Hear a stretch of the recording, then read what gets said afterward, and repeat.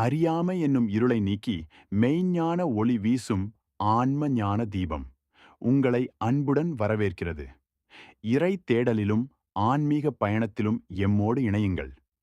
எங்களின் இந்த ஆன்மீக பகிர்வுகள் உங்களுக்கு பிடித்திருந்தால் மறக்காமல் இந்த வீடியோவை லைக் செய்யுங்கள்.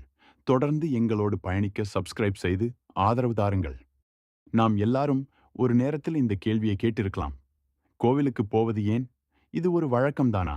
அல்லது உண்மையிலேயே அதற்கு ஒரு ஆழமான அர்த்தம் இருக்கிறதா?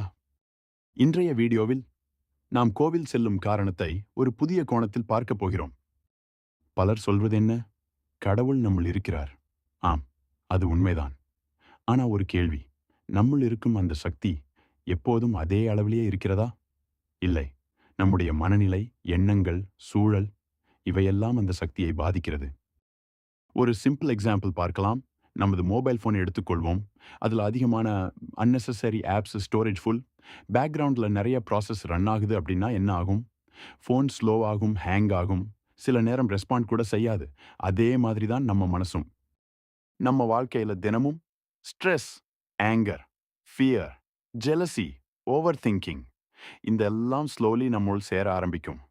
நமக்கே தெரியாம அது நம்ம எனர்ஜியை ட்ரெயின் பண்ணும்.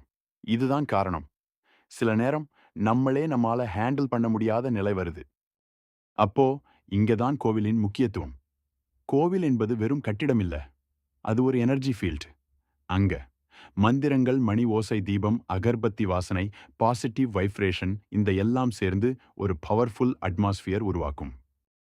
நம்முள் இருக்கிறோம் சிறிய பாசிட்டிவ் எனர்ஜி அந்த கோவிலில் இருக்கும் பெரிய பாசிட்டிவ் எனர்ஜியுடன் கனெக்ட் ஆகும். அதை தான் சொல்லலாம் ரெசானன்ஸ், எனர்ஜி அலைன்மெண்ட். அதாவது நம்முள்ளே இருக்கும் சக்தி அங்க இருக்கும் சக்தியால் பூஸ்ட் ஆகிறது. கோவிலுக்கு போன பிறகு சில நேரம் மனசு கால்மாகும், மனசுக்கு தெளிவு கிடைக்கும், டென்ஷன் குறையும். இதெல்லாமே ஆம், நம்ம சிஸ்டம் ரீசெட் ஆகுது. அதனால தான் பெரியவர்கள் சொல்வார்கள், தினமும் கோவில் போ. குறைந்தது நாம் வாரம் ஒரு முறையாவது போக வேண்டும். அதனால பெரிய கோவிலுக்கு தான் போக வேண்டும் என்று அவசியமில்லை. உங்கள் அருகில் இருக்கும் சிறிய கோவில் கூட போதும். முக்கியமானது உங்கள் மனநிலை, உங்கள் நம்பிக்கை, உங்கள் அமைதி. கோவிலுக்கு போவது கடவுளை பார்க்க மட்டுமல்ல, நம்மையே சரி பண்ணிக்கொள்ள. பழக்கத்துக்காக அல்ல, உள்ளமைதிக்காக. பயத்தால் அல்ல, உணர்வால்.